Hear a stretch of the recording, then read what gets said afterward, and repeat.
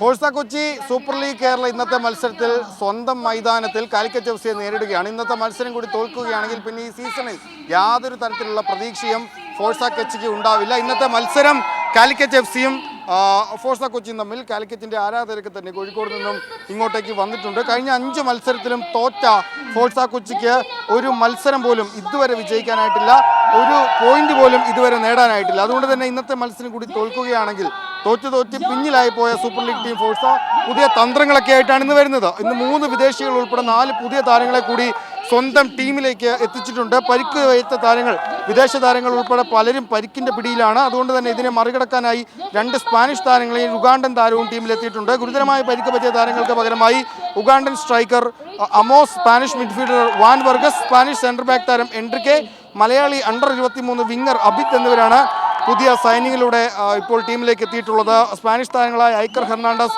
Ramon Garcia, Malayali താരം P Jishnu എന്നിവർ സാരമായ പരിക്കുകളോടെ തന്നെ ശസ്ത്രക്രിയയ്ക്ക് വിധേയരാണ്ട സാഹചര്യമാണ്. സ്റ്റാർ സ്ട്രൈക്കർ നിജോ ഗിൽബർട്ടിന് കഴിഞ്ഞ ദിവസം കൊച്ചിയിൽ നടന്ന മത്സരത്തിൽ, മലപ്പുറത്തിനെതിരെ നടന്ന മത്സരത്തിൽ ഗുരുതരമായി പരിക്കേറ്റിരുന്നു. അദ്ദേഹവും ഒക്കെ തന്നെ ടീമിന് പുറത്താണ്. നിലവിൽ 5 മത്സരങ്ങളിൽ നിന്നും കാലിക്കറ്റ് എഫ് സിക്ക് 8 പോയിന്റാണുള്ളത്. നിലവിൽ 4ാം സ്ഥാനത്താണുള്ളത്. പോയിന്റ് പട്ടികയിൽ ഇടം പിടിക്കാനുള്ള ജീവൻ മരണ പോരാട്ടമായാണ് ഫോഴ്സ കൊച്ചി ഇന്നത്തെ മത്സരത്തിൽ കാണുന്നത്. ഇവിടെ നമുക്ക് കാണാൻ സാധിക്കും കാലിക്കറ്റ് എഫ് സിയുടെയൊക്കെ തന്നെ ആരാധകർ ഇവിടെ നമുക്കൊപ്പം ചേരുന്നുണ്ട്. കാലിക്കറ്റ് എഫ് സിയുടെ ആരാധകർക്ക് തന്നെയുണ്ട്.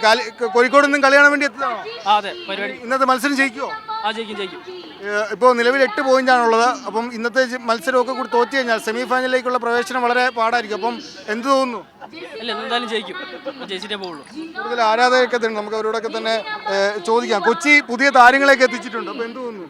എന്തായാലും നമുക്ക് ജയം അനിവാര്യമാണ്. അപ്പോൾ എന്തായാലും ഈ മാച്ചിൽ നമുക്ക് കോഴിക്കോട് ജയിക്കും. എന്തായാലും നിങ്ങളെ എത്ര പേരാണ് കോഴിക്കോട് നിന്ന് വന്നിട്ടുള്ളത്? നമ്മളിപ്പോൾ ഒരു 50, 55, 60ഓളം പേര് വരുന്നുണ്ട്. കോഴിക്കോട് നിന്ന് ടീമിനെ സപ്പോർട്ട് ചെയ്യാൻ വേണ്ടി വന്നതാണ്. അപ്പോൾ ഇന്നത്തെ മത്സരം ജയിക്കും തന്നെയാണ് പ്രതീക്ഷ? അതെ, ജയിക്കും തന്നെ പ്രതീക്ഷ. ഏതായാലും ഇവിടെ നിരവധി ആരാധകർ ഇവിടെ ഉണ്ട്, നമുക്ക് കാണാൻ സാധിക്കും. ഇവരൊക്കെ തന്നെ കാലിക്കറ്റിന്റെ വിജയം പ്രതീക്ഷിച്ച് വന്നതാണ്. എവേ സ്റ്റാൻഡിൽ അവിടെ ഒപ്പം ഹോം സ്റ്റാൻഡിൽ ഫോഴ്സ കൊച്ചിയുടെ ആരാധകരുണ്ട് അങ്ങേ വശത്ത്, അവരെ നമുക്ക് കാണാൻ സാധിക്കും. ഇന്നത്തെ മത്സരം കൂടി തോൽക്കുകയാണെങ്കിൽ ഫോഴ്സ കൊച്ചിക്ക് പിന്നീട് ഈ സീസണിൽ ഒരു തിരിച്ചുവരവ് അല്ലെങ്കിൽ ഏതെങ്കിലും ഒരു തരത്തിൽ ഇങ്ങോട്ട് വരിക എന്നത് അവരെ സംബന്ധിച്ച് അപ്രാപ്യമായിരിക്കും. ഏതായാലും അല്പസമയത്തിനുള്ളിൽ കൊച്ചി മഹാരാജ സ്റ്റേഡിയം ഗ്രൗണ്ടിൽ ഈ മത്സരം കാലിക്കറ്റ് എഫ് സിയും ഫോഴ്സ കൊച്ചി തമ്മിലുള്ള മത്സരം ആരംഭിക്കും. വിബി തടത്തലിനൊപ്പം നിതിൻ സേവ്യർ, മീഡിയ 1.